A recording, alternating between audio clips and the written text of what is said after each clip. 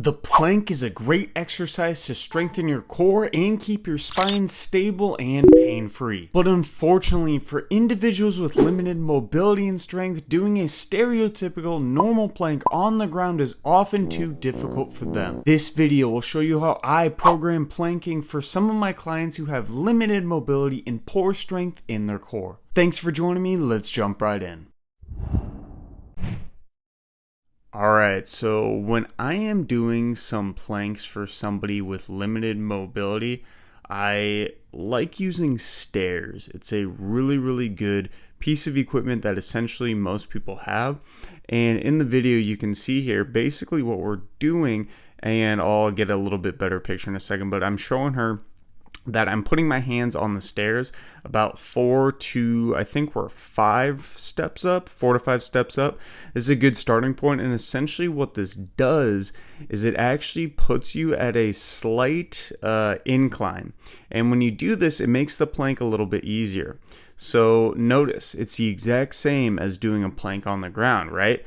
Her hands are in that tabletop position, so her arms, I'm trying to tell her to keep nice and straight.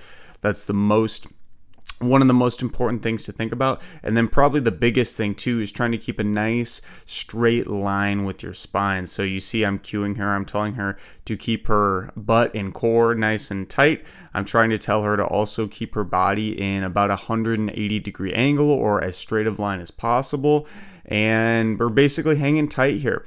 And as you can see, it's really good. It's working her core. Oh, she kind of falters there, so I try to remind her to keep her core tight. And I keep touching the side here. That's just a cue, a type of kinesthetic cue that tells her to, hey, this is where we're trying to work, this is where we're trying to squeeze, and I'm continually telling her to breathe through the whole time. Over time we can progress and go down lower. Notice I'm now having her go down. I wanted to see if she could do a slow lowered push-up, so